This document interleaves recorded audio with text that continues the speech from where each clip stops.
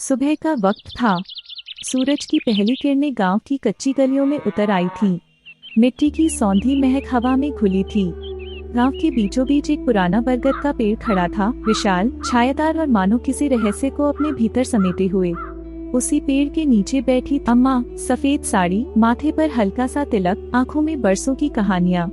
चारों ओर बच्चे बैठकर इंतजार कर रहे थे कि अम्मा आज क्या सुनाएंगी। अम्मा, आज कौन सी कहानी सुनाओगी?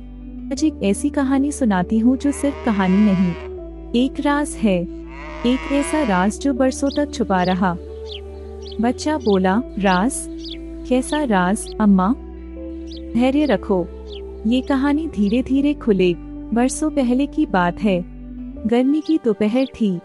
गांव की धूल भरी सड़क पर दूर से एक बूढ़ा फकीर आता दिखाई दिया। गेरुए रंग के कपड़े, लंबी सफेद दाढ़ी, कांधे पर एक लाठी। गांव के लोग ठिठक गए।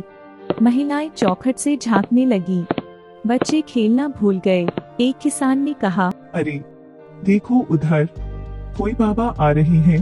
बूढ़ा फकीर धीमी चाल से चलता रहा, लेकिन उसकी निगाहें पेड़ के नीचे बैठी अम्मा पर टिक गईं।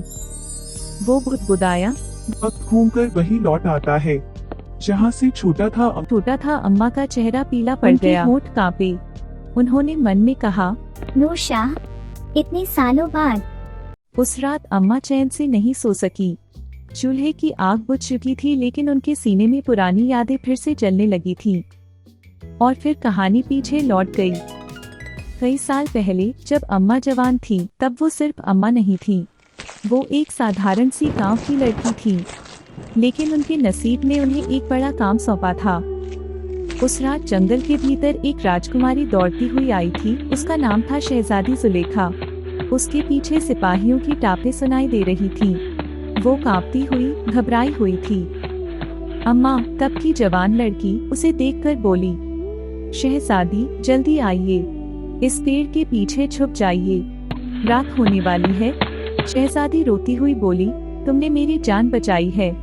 अगर मैं कभी वापस रियासत गई, तो तुम्हें माँ कहकर पुकारूंगी।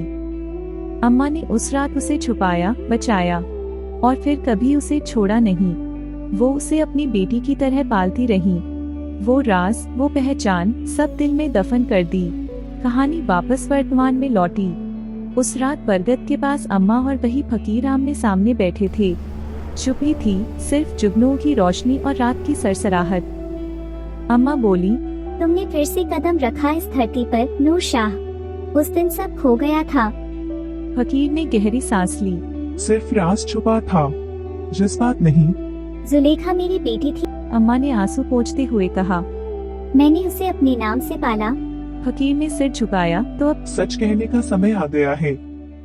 अगले दिन गांव में अफवाहें फैलने लगी। कुएं के पास महिलाएं फुसफुसा रही थीं। खेतों के किनारे लोग रुक रुक कर बातें कर रहे थे। कहते हैं अम्मा असल में कोई रानी थी, और वो फकीर शायद कोई राजकुमार। फिर वो दिन आया जब मंदिर में सब इकट्ठा हुए। दियों की रोशनी में अम्मा और फकीर खड़े थे। गांव के लोग चुप थे। हवा में जैसे कोई प्रश्न लटक रहा हो। अम्मा ने कहा, मैं सिर्फ एक दाई नहीं थी, मैं एक कहानी थी जिसे कभी लिखा नहीं गया। फकीर ने जोड़ा, जुलेखा जिंदा रही, दाई के रूप में, और उसने अपने राज को अपने साथ ले लिया। एक बुजुर्ग किसान बोला, अम्मा, हमें माफ कर दो, हम तुम्हें समझ नहीं सके। शाम ढल गई। बच्चे फिर से बरगद के नीचे अम्मा के पास बैठे थे। अब वो सिर्फ कहानी नहीं सुन रहे थे, अब वो इतिहास की सांसें सुन रहे थे। एक बच्ची ने पूछा, अम्मा, वो शहजादी सच में तुम थी? अम्मा मुस्कुराई और धीरे से बोली, कुछ कहानियां सच होती हैं और कुछ सच कहानियां बन जाती हैं। और फिर कहानी धीरे धीरे धुंध में खो गई।